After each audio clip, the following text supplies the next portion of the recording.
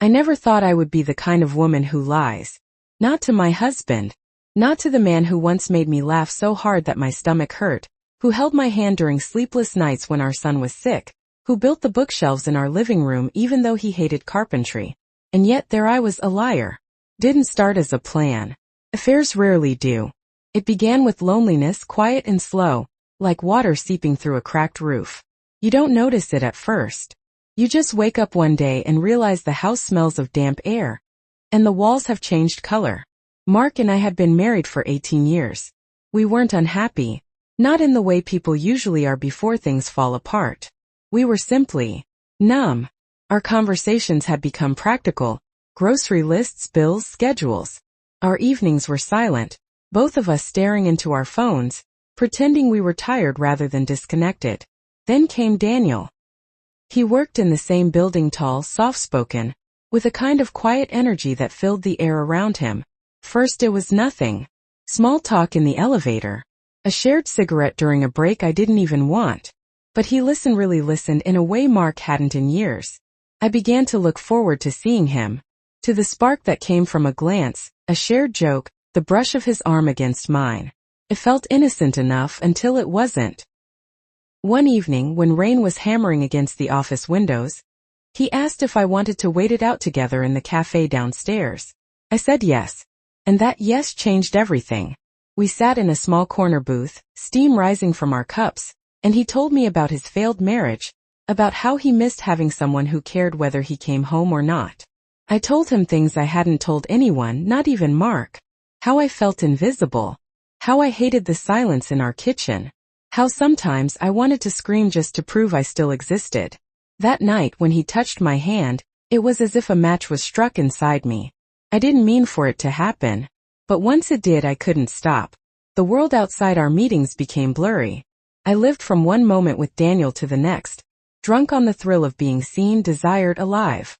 And yet, every time I went home, guilt clung to me like the scent of his cologne. I'd stand in the shower until the water turned cold, trying to wash it away. But guilt doesn't wash off. It seeps deeper. Mark never asked questions. Maybe he didn't want to know. Maybe he already did. There was something unbearable in his kindness during those months. The way he still made me coffee in the mornings. The way he still said, "Drive safe, love." As if the word hadn't lost all meaning. I told myself I would end it. I even tried. But Daniel had become my escape from the woman I'd become, from the dull ache of the life I'd built. I told myself that I needed it, that I deserved to feel something. The affair lasted nearly a year. It ended on a Tuesday. Daniel called to say he was moving away. A new job, a new start. He said he wanted to tell me in person, but I refused. I knew that if I saw him again, I wouldn't be able to let go. When I hung up, I sat at my desk staring at nothing, feeling both broken and relieved. That night I confessed. Mark didn't shout. He didn't throw things. He just stood there silent, as if every word I said was erasing part of his world. When I finished, he asked, "Why?" And for the first time I didn't have an answer. There's no why big enough to explain betrayal. No reason that makes it less cruel. Months have passed since then. Mark still lives in the house, but in a different room. We talk politely, carefully, as if the walls have ears. Sometimes I catch him looking at me with something that might be sorrow or disbelief. I'm not sure which hurts more. I walk around with the knowledge that I destroyed something precious. Not with rage or drama, but with small, quiet choices that seemed harmless at the time. People think betrayal happens in the heat of passion. Doesn't.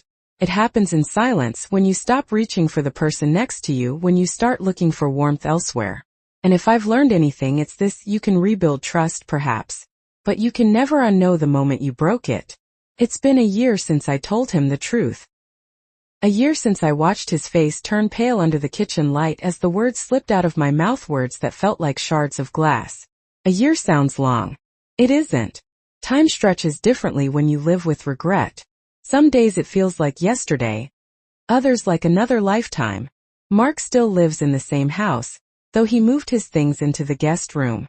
The door between us became both literal and symbolic. We never divorced.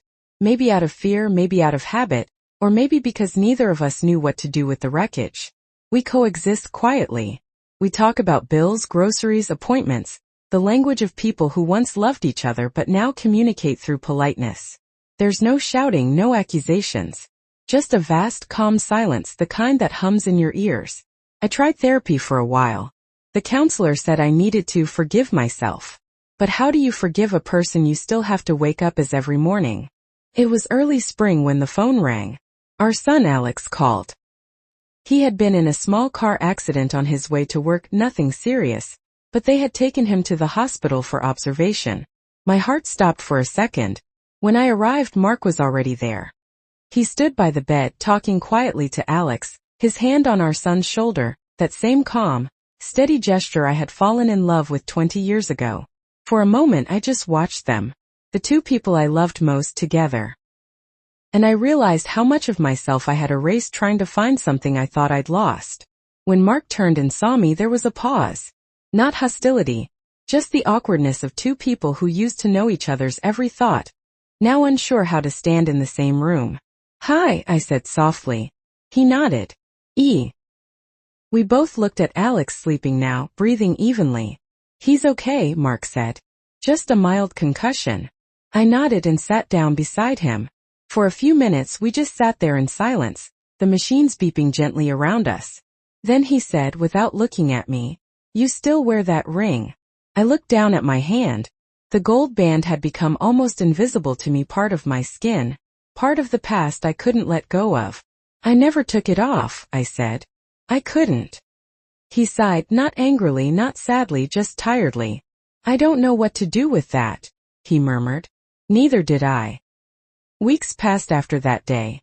For the first time in months, he began to text me small things at first. About Alex's appointments, about a bill, about the garden. But slowly the messages grew longer. Jokes. Photos of the cat. A note about the first tulips blooming. We started meeting for coffee after work. Always public places, neutral ground. At first we talked about safe things, work, the weather, the neighbors.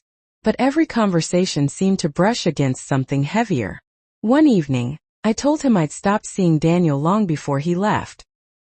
That I hadn't spoken to him again. That I had deleted his number, his photos, everything. Mark listened. He didn't ask questions.